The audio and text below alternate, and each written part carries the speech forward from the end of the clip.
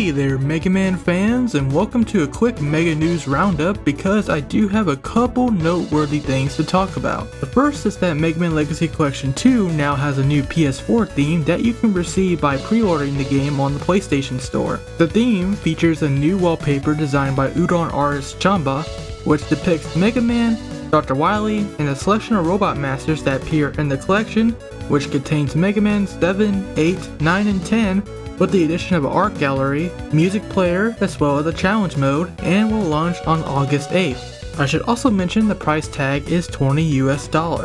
Speaking of Legacy Collection 2 though, you probably shouldn't expect the game to come out on Nintendo consoles anytime soon. This came by way of Proto-Dude a while back, but it looks like references to Nintendo are being removed from Mega Man 7 in the upcoming collection. In this specific example, Junkman's stage in the original game featured a bunch of Famicoms, which has now been removed entirely in the collection. Well, that's gonna be quite jarring. I honestly didn't know that those were Famicoms back then, but they were a big part of the background, so one would assume this could be for legal reasons, since Capcom has no plans to release Legacy Collection 2 for the Nintendo Switch. Or someone at Capcom is a little too uptight. At the very least, we all should be aware of how uptight Nintendo can be about the usage of their IPs. Which, while we're on the subject, that brings me to some more positive news, not from either the two companies mentioned, but from the fans. Wrecking Programs has been working on an actual Mega Man Maker in a similar vein of Super Mario Maker for the Wii U and Nintendo 3DS, which is simply titled Mega Maker.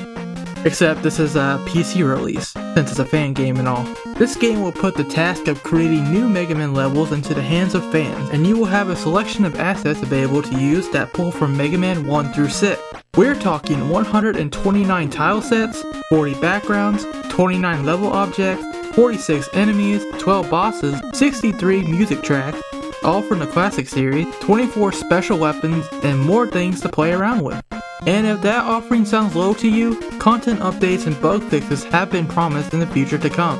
Some of the special weapons have also received adjustments, such as top spin allowing you to jump on enemies like Mario, and skull barrier protecting you from Spike. And hey, there's even some Super Smash Bros. Inspired abilities. Of course, a Maker game would not be complete if we couldn't share the levels online. Looking at you, Super Mario Maker for the 3DS. So obviously you will be able to do that here too. But SR, you ask? When is it coming out? Surely it doesn't be stuck in development hell like some other Mega Man fan game. Well, about that, it's actually coming out this Saturday on July 15th. Yeah, that's super soon. I would love to play it on that day, but I gotta represent my team Ice Cream on the Splatoon 2 Splatfest.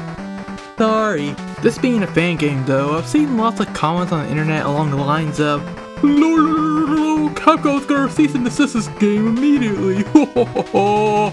Except those people forget that Capcom is no Nintendo. In fact, Capcom once slapped their name on a fan game known as Street Fighter Cross Mega Man. So yeah, Capcom has always been pretty fine with the fan games. The only example I've seen of a C&D from Capcom personally was when a group started work on a Resident Evil 2 remake, of which Capcom announced thereafter that they are working on an official one, and they even had a meeting with the guys that worked on the fan version to discuss what should go into the official one. Good show, Capcom. If only Nintendo were that nice to the AM2R guy. And that wraps it up for the Mega News Roundup today. Thanks for watching, and be sure to let me know what you think of these developments in the comment section below. Until next time, rock on!